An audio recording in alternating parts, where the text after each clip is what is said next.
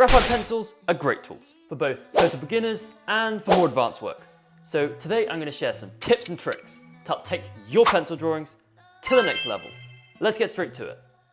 So I'm sure you're aware of the pencil grades, but to cut through the fluff, H is for hardness, B is for blackness or the softness of the lead, and F is for fine point. The bigger the number on an H pencil, the lighter it will be, and the bigger the number on a B pencil, the darker it will be. And an HB pencil is the perfect harmony of hardness and blackness. Now, if you want to get a lighter tone from a pencil, hold it closer to the top. And if you want to get a darker tone, hold it closer to the bottom. If you're wondering what pencils to use, any sketching pencil will work. There isn't necessarily a lot of difference between the uber expensive ones and the relatively cheap ones. However, I'm quite fond of mechanical pencils as they're able to hold a point a lot better than normal pencils, they have more lead in them than normal pencils, and they feel just all around more pro than normal pencils. And the ones I use are Nick Pro mechanical pencils, which I have linked down in the description. Before we start shading, we need a sketch, which I do using an HB pencil or something lighter. And don't apply a lot of pressure, as the lines need to be as faint as possible, so they're really easy to erase. I have a video on accurate sketching linked down in the description. Now, onto the shading. Work from left to right if you're a right-handed person, and right to left if you're a left-handed person. This prevents you working over yourself and smudging your beautiful work. On the topic of smudging, you'll see me here using a clear sheet, which prevents the grimy oiliness of my hand moving the graphite around the paper. But a scrap piece of paper will do the trick.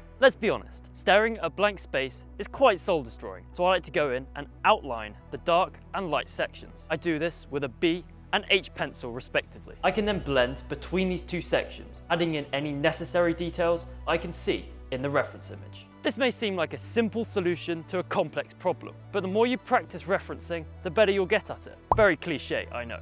So, how do you pick up on these details? Now, it may seem obvious, but fine details require a fine lead. So it's really important to keep your pencil nice and sharp. I also use an eraser pencil to lift graphite from areas that are too small for my standard eraser. Another pointer for details is looking really close at your reference image and then getting really close to your drawing. This allows you to pick up on all the small things that make up the bigger picture. Just be aware that your posture is going to take a bit of punishment.